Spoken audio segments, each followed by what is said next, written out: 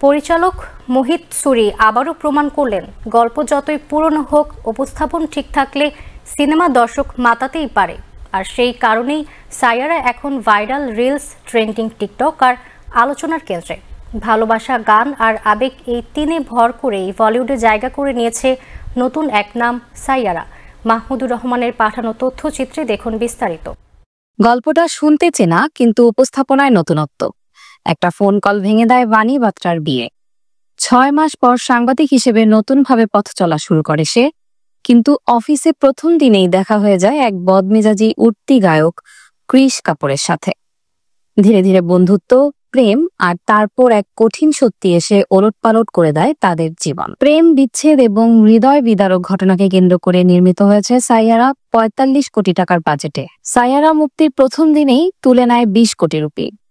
প্রেম, ভাঙন, পুনর্মিলন সবই আছে, তবে এই সিনেমার প্রাণ হয়ে উঠেছে এর গানগুলো। জুবিন নটিয়াল, অরিজিৎ সিং, শ্রেয়া ঘোষালের কণ্ঠে একের পর এক হিট গান ছুঁয়ে গেছে দর্শকদের হৃদয়ে। তবে সিনেমা নিখুঁত নয়।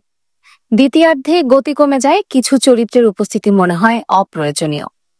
আলঝেইমার রোগ নিয়ে কিছু অসঙ্গতিও আছে, তবুও দর্শক সাইয়ারাকে গ্রহণ করেছে মন থেকে।